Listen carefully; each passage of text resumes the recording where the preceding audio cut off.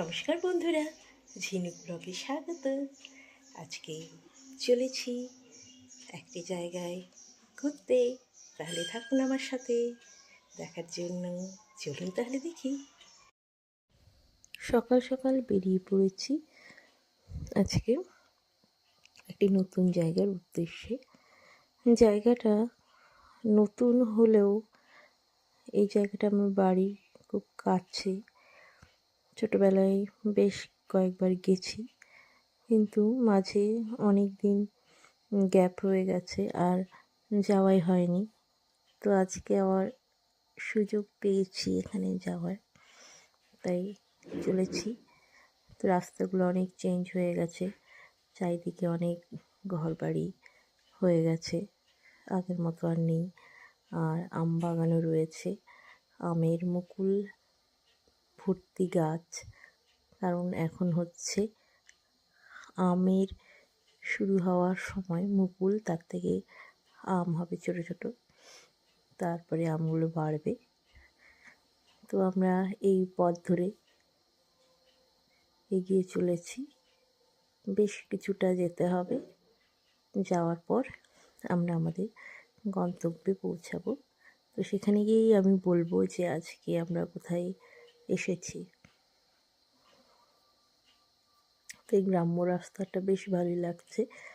যখন ছোটোবেলায় আসতাম তখন এই রাস্তাগুলো এরকম ছিল না, একদম কাঁচা রাস্তা ছিল।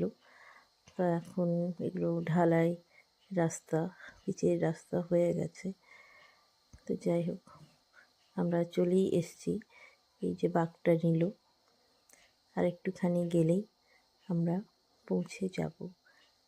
যেখানে টোটোতে করে হাঁড়ি বিক্রি হচ্ছিল, আর এই যে পৌঁছে গেছি। তো এটাই আজকে আমাদের গন্তব্যস্থল। তো এখন আমরা গাড়ি থেকে নেমে ভেতরে চলে যাব। এটা হচ্ছে মালদা জেলার আদিনা ডিয়ার ফরেস্ট। তো এখানে আজকে আমরা এসছি ঘুরতে, দেখতে, হরিণ দেখতে। এখানে মূলত রয়েছে হরিণ, নীলগাই, আর এই যে জঙ্গল রয়েছে, বড় বড় গাছের জঙ্গল, অর্জুন, সেগুন, শাল, এগুলো গাছ রয়েছে। আর এটা হচ্ছে একটি প্লাস্টিক বর্জিত স্থান। এখানে ভেতরে প্লাস্টিক ব্যবহার করা যায় না বা কোনো কিছু খাওয়া যায় না। তো টিকিট কেটে ভেতরে প্রবেশ করতে হয়। তো এখানে বিভিন্ন স্কুলের ছাত্রছাত্রীরাও আসে শিক্ষামূলক ভ্রমণের উদ্দেশ্যে। আমি কয়েকটি ছাত্রী দল দেখতে পেলাম, স্কুলের দল যারা এসছে। তো ঘুরতে ঘুরতে ঘুরতে এই ফুলগুলো দেখতে পেলাম, ক্যালেন্ডুলা ফুল, খুব সুন্দর। আর এই যে এই দিকের সামনে একটুখানি এগিয়ে গেলেই দেখা যাবে হরিণ। এই রাস্তাটা আপনাদের দেখিয়ে দিচ্ছি। আর এই যে এই হরিণ দেখার জন্যই এতখানি রাস্তা পেরিয়ে আসে।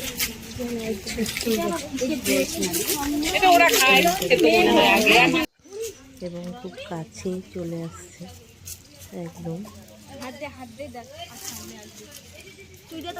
দেখতেই পাচ্ছেন খুব কাছে চলে এসছে হরিণটা। এরকম গেট আছে, এই গেটের ওপারে হরিণগুলো আছে, তার এদিক থেকে সবাইকে দেখতে হয়। সব লোক এখানে দাঁড়িয়ে দাঁড়িয়ে দেখছে, অনেকে ছবি তুলছে, ভিডিও করছে। আর দূরে ওইদিকে রয়েছে নীলগাই, হয়তো অতটা দেখাতে পারবো না ক্যামেরাতে, কিন্তু দূরে নীলগাই রয়েছে।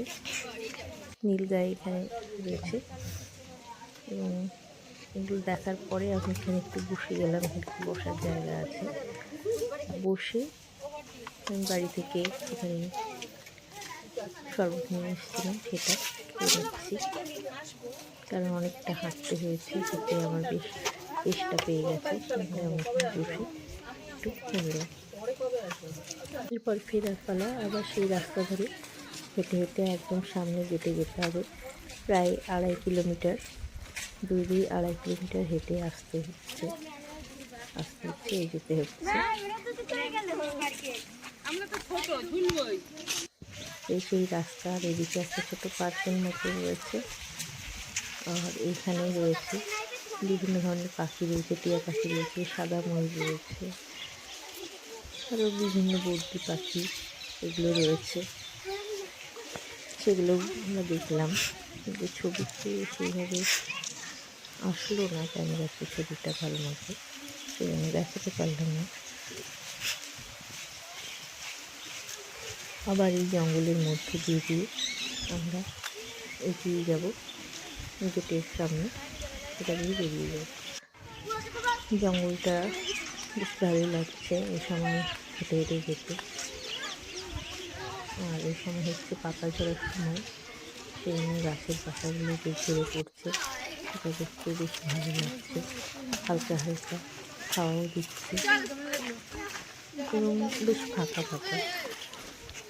শুধুমাত্র কিছু স্টুডেন্ট যারা শিক্ষামূলক ভ্রমণের উদ্দেশ্যে এসছে তারা রয়েছে, আর বেশ একজন লোক রয়েছে যারা ফাঁকা বেশ।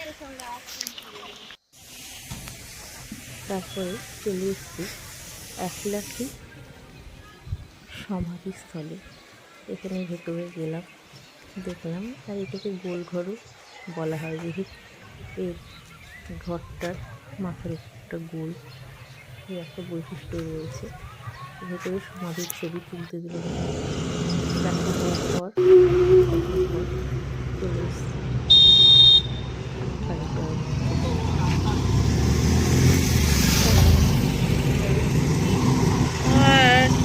একটা টোটো নাই, কি বাজে, কতক্ষণ ধরে দাঁড়িয়ে আছি, একটা টোটোতে পাবো তারপর